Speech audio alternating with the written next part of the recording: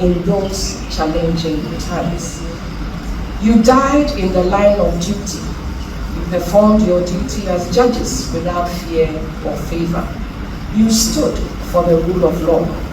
Your assassins hated what you stood for and murdered you, but they could not eliminate what you stood for. Your monument stands in the forecourt of the Supreme Court building as a constant reminder of the good qualities required of a judge. Permit me at this juncture to highlight a matter mentioned in the decision of Her Ladyship, Justice Granting Addo, in the case of the Republic versus Director of Prisons and another, ex parte Shackleford, 1981 GLR, page 554.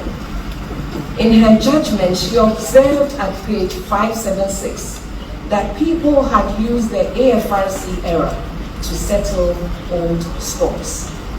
This was the underlying reason for the British murders, which unfortunately have become a dark part of our national history.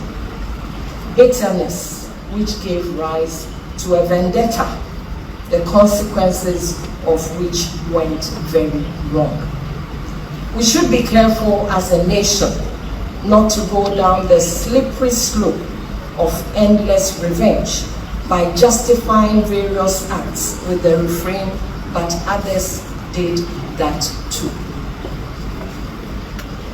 We then rose as a nation from the ashes like the phoenix and decided to conscientiously do better by making Ghana's democracy and penchant for the rule of law admirable and attractive to many worldwide.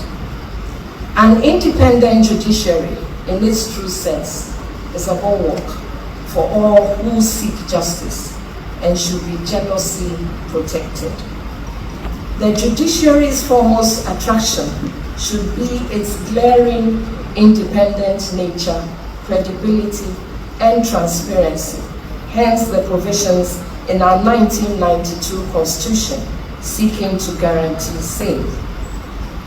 The Ghana Bar Association, as well as other legal associations, both local and international, such as the Commonwealth Lawyers Association, Commonwealth Magistrates and Judges Association, and Commonwealth Legal Education Association, as a matter of principle, have made their voices heard on the ongoing process for the removal of the Chief Justice of Ghana, Her Ladyship Justice Gertrude Torkornoo.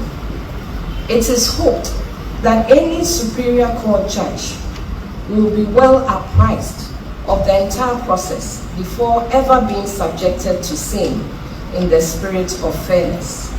Rising to the defense of the judiciary's independence is the mandate of the Ghana Bar Association, and this is not personality driven. On this day that we meet to honor the memory of the martyrs of the rule of law, let us resolve as a nation to do ourselves proud and humbly walk away from settling scores endlessly, as we are one nation with one destiny. The Ghana Bar Association reiterates its call to insulate the judiciary from any interference whatsoever. They stand for justice, and they should administer justice to all persons, including themselves.